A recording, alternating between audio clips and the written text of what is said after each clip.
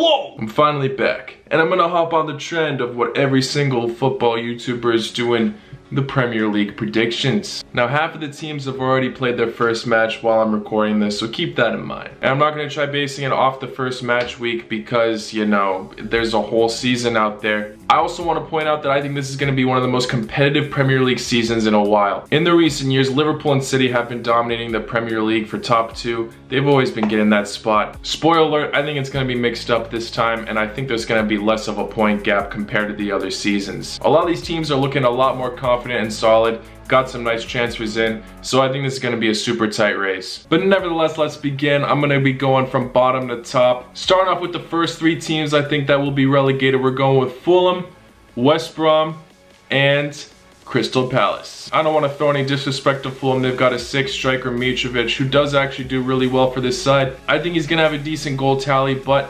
overall, as the squad for Fulham, I don't see them handling these Premier League sides very well defensively. I mean, I'd love to see them prove me wrong, but I do think they're going to finish last. They did barely make it into the Premier League in the first place. It is hard to make it into the Premier League. The Championship is pretty competitive, but I just don't see Fulham doing it. Next up, we're going with West Brom. Another team I would hate to see do very badly, but I'm going to put them there anyway. They've got the Croatian man who also used to coach West Ham, Slaven Bilic. Absolute genius, but is his side strong enough to withstand all these other Premier League sides?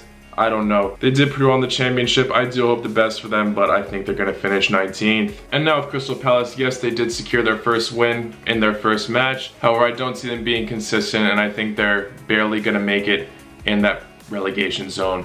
Sorry guys. Zaha's a monster, but I don't think he'll be able to carry this side. 17th now, and this might upset some of you, but I'm gonna put in West Ham. They finished 16th in the Premier League last season. I just don't see them pulling out of where they are now. They just seem like they're a bit shaky and inconsistent.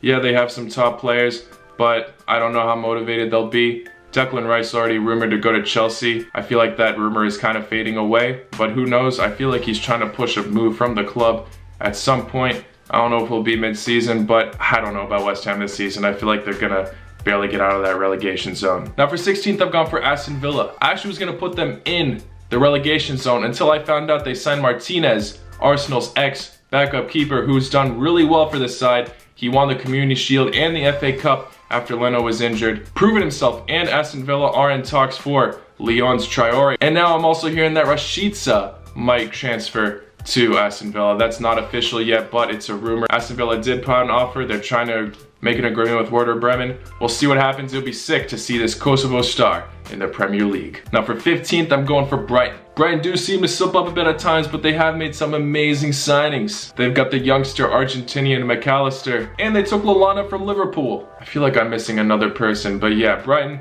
looking pretty bright. I'm putting them at 15th. Number 14, I'm gonna go with Burnley. I don't know, I just feel like they're a decent side, and this is a good spot for them. I don't know what else to say about Burnley, to be honest. Now in 13th, I put Leeds. I think this is the one Premier League team that will do well that has been newly promoted. Yeah, they just lost to Liverpool 4-3, but they're looking pretty good out there. They made some interesting signings like Rodrigo. I think they got that fighting spirit and they want to regain their ground. They're gonna be pretty decent this season, somewhere mid-table. I think 13th is the right spot. 12th, I put Sheffield United.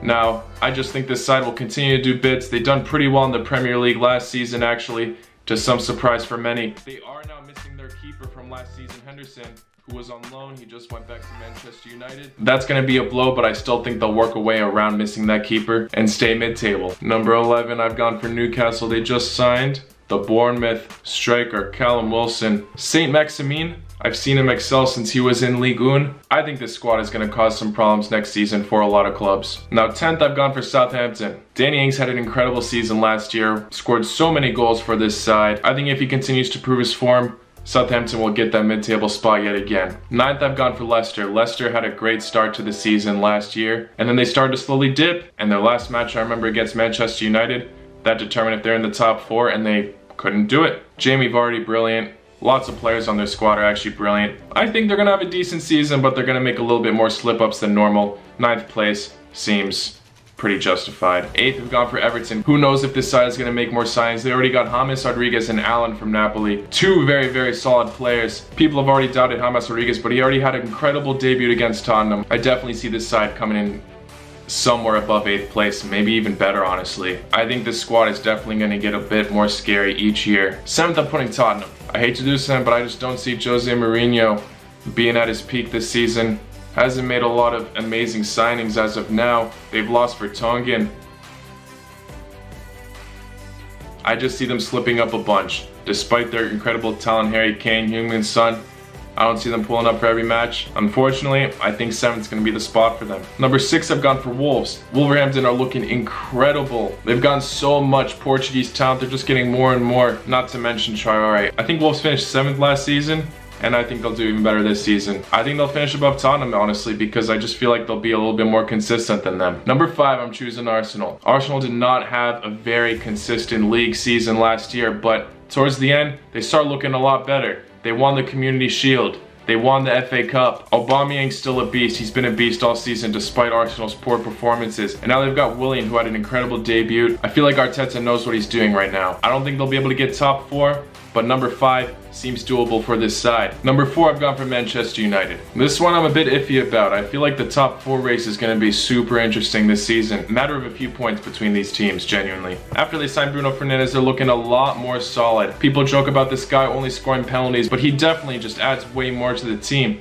And you look at the highlights, he's always providing chances for these guys, just they cannot finish sometimes. Rashford and Martial are awesome, but they're not always the most consistent. Bruno Fernandes is though, and now they also just signed Van de Beek. We'll see how he does. I feel like he could have a decent season for them though. The only reason why I'm a bit unconfident about Manchester United is because of their defense. Wan-Bissaka is really good. It's just the center backs that worry me a bit. However, I think they'll finish top 4 for sure.